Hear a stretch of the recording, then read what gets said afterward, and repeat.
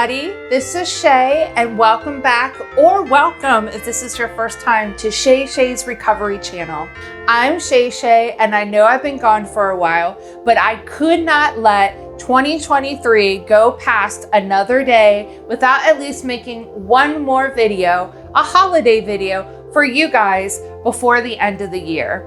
Like I said, I know I've been gone for a while, but things have really been happening and moving for me in my life. I have a new home. I'm finally settled into my home. No, not all my rooms are put together, but for the most part, I am all moved into my brand new home, and I am loving every minute of it. And I am incredibly thankful for the blessings to be able to have a home. October 10th of 2016 was my clean date. So I have been sober for a little over 7 years now, and I will never turn my back against offering other addicts hope. But for today, I want to talk about navigating the holidays with an addict that you love. How do we save Christmas when we have active addicts or alcoholics in our family? So without further ado, enjoy the Christmas tree, the lights, and let's just get right into it.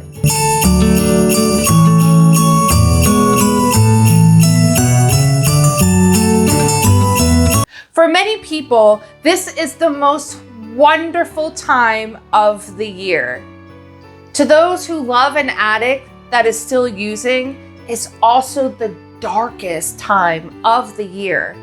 While so many families are planning holiday gatherings and Christmas feasts and Yuletide festivities, those with a loved one that's still addicted to drugs and alcohol, they're torn.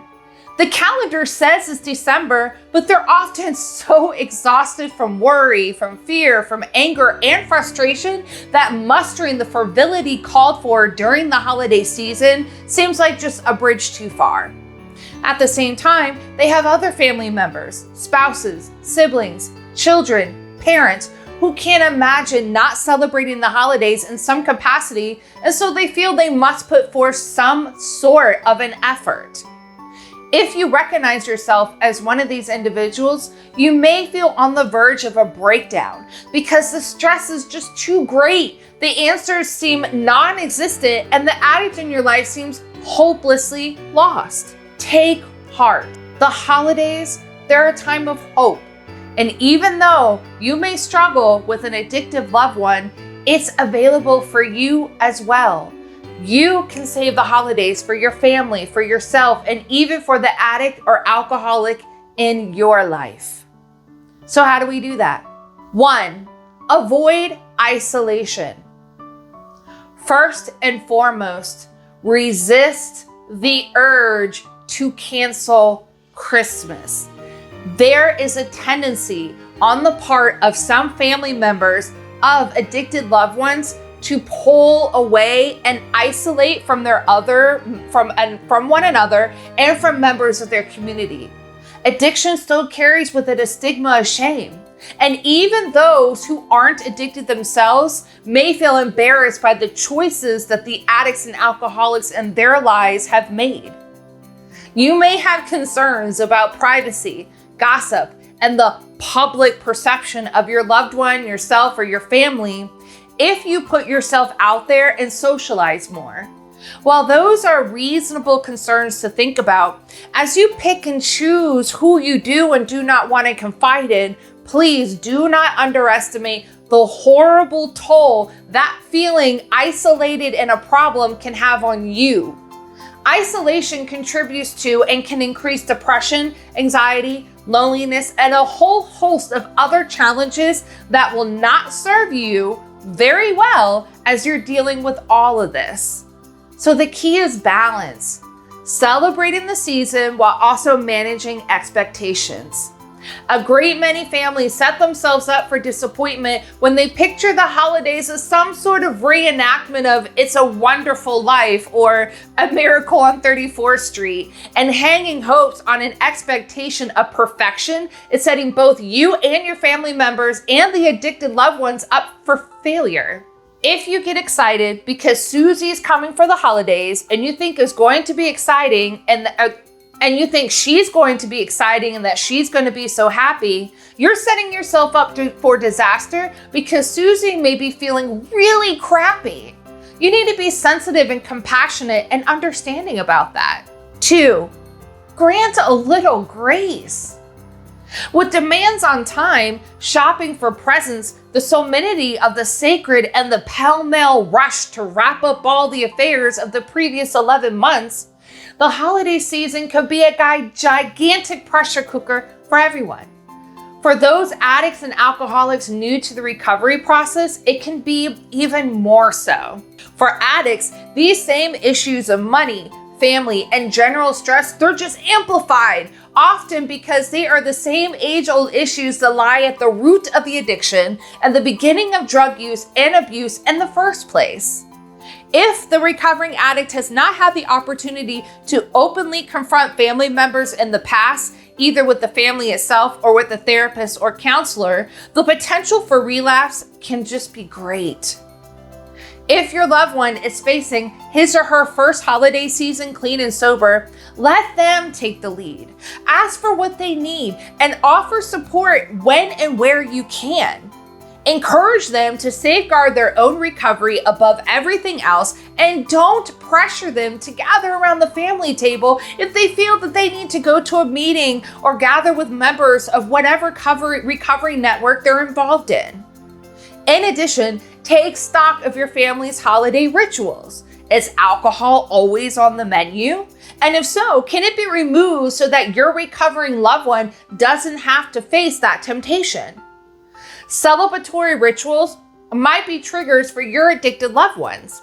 If family gatherings have historically involved heavy drinking and or conflict of any kind, you may consider taking things down a notch. In lieu of pressuring your loved one to partake in the traditional events, gently suggest an alternative of some sort.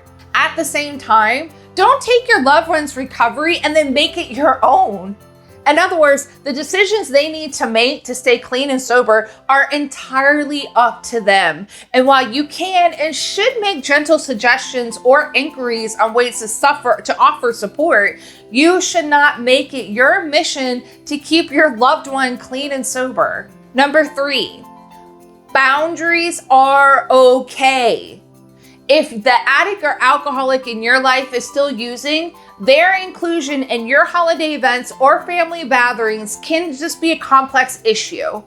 The initial reaction may be to prohibit their attendance, but there are factors to that decision that should be considered. In fact, a ban may backfire because it may increase the estrangement, isolation, and shame that this addict or alcoholic already feels. That in turn may drive them to go deeper into their substance abuse. However, the needs and emotional safety of other family members, specifically children, must be a priority, and the presence of actively using family members at holiday gatherings could put those things in jeopardy. If you do choose to invite an actively using or drinking loved one to the Christmas table, firm ground rules and expectations of behaviors should be set and clearly communicated to that substance abuser. Families need to follow through with consequences if a boundary is crossed or risk further enabling that addict. Families may find that active alcoholics and addicts choose to purposely stay away during the holiday season out of a feeling of their own guilt and shame. If that's the case, don't force the issue. Demanding they make an appearance or take part will only add to the validity of an already precarious situation. At the same time, some families choose the holiday season when extended relatives are more likely to be in town anyways to stage an intervention that can lead to an addict or an alcoholic to treatment. Whether or not that's a good idea is dependent entirely on the family dynamic, and a decision should be made as a group as to whether an intervention will only add to the holiday stress for all that's involved. Regardless, an intervention should be done through the guidance of a trained interventionist. It's important to understand that there are no hard and fast rules when it comes to an active alcoholic or an active addict. They may or may not respect the boundaries you set, but you can still control the narrative, especially if they call or just show up drunk or high.